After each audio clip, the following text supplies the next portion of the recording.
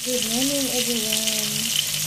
For today's video po, ang lulutuin natin ay sarsadong isda. Ang isda natin gagamitin ay mackerel.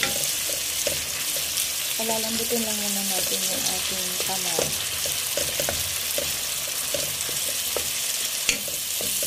Ginisa na rin natin dito yung sibuyas at saka bawang.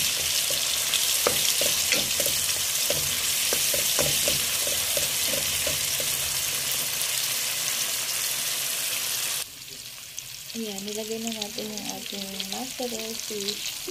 Then, mag-add tayo ng water.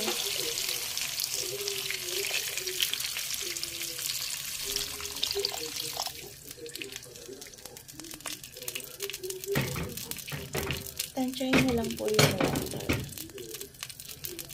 Ako, sakto lang, hindi gaanong madami. Para mas malasa.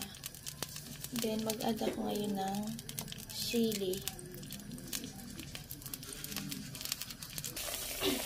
Lagay na natin guys yung ating egg.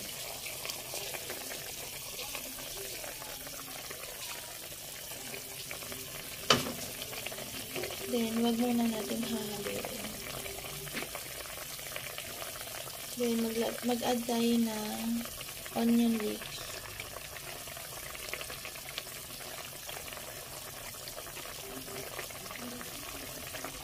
Then, takpan muna natin saglit. Ngayon naman, i-mix na muna natin.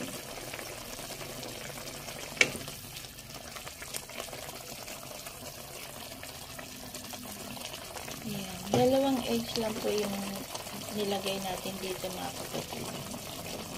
Then, tikman na natin.